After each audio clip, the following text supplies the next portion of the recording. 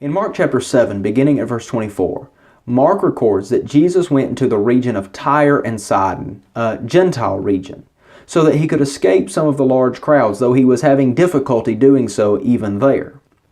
While he was there, a Gentile, Syrophoenician woman came to him and asked him to cast a demon out of her daughter. Jesus responded that it was not appropriate for him to take the bread from the children's table and give it to the dogs.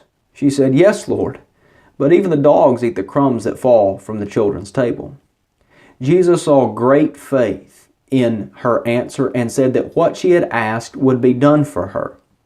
And when she went home, she found her daughter lying in bed with the demon gone.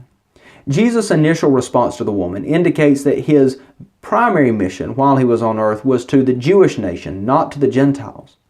But the woman rightly recognized that all she needed was a fraction of Jesus' power. When Jesus said something challenging to her, she didn't stomp off. She recognized that Jesus had what she desperately needed. And so she responded in faith and humility and said, "I just need a piece of your great power." What happens when Jesus says something challenging to us? Do we stomp off in arrogant disgust?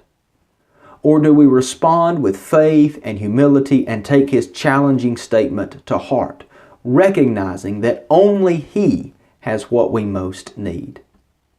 After that, Jesus returned to the Sea of Galilee and went to the region of the Decapolis, or the 10 cities. And while he was there, he came across a deaf man who had a speech impediment.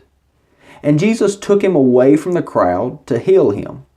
And Jesus did something quite out of the ordinary. He stuck his fingers in the man's ears, and he took a little spittle and touched to the man's tongue. And then he looked up to heaven and said, "Ephphatha, be opened." And when he did so, the man's ears were opened and his tongue was freed so that he was able to speak as if he had never had a speech impediment. And when the people saw it, they were amazed and said, "He does all things well." Perhaps what Jesus is doing for the man is giving him some bit of sign language in order to communicate what's going on. First, he points to his ears and says, "We're going to take care of that." And then he touches to his tongue and says, "We're going to fix that."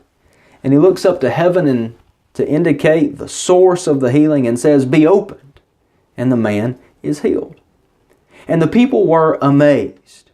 Perhaps they rightly recognized that Jesus' ability to heal, even his ability to heal deafness, indicated that he was the one that the prophet Isaiah had promised in Isaiah 35 and other passages. Truly, they recognized that everything Jesus touched turned out wonderfully. Certainly, he does all things well.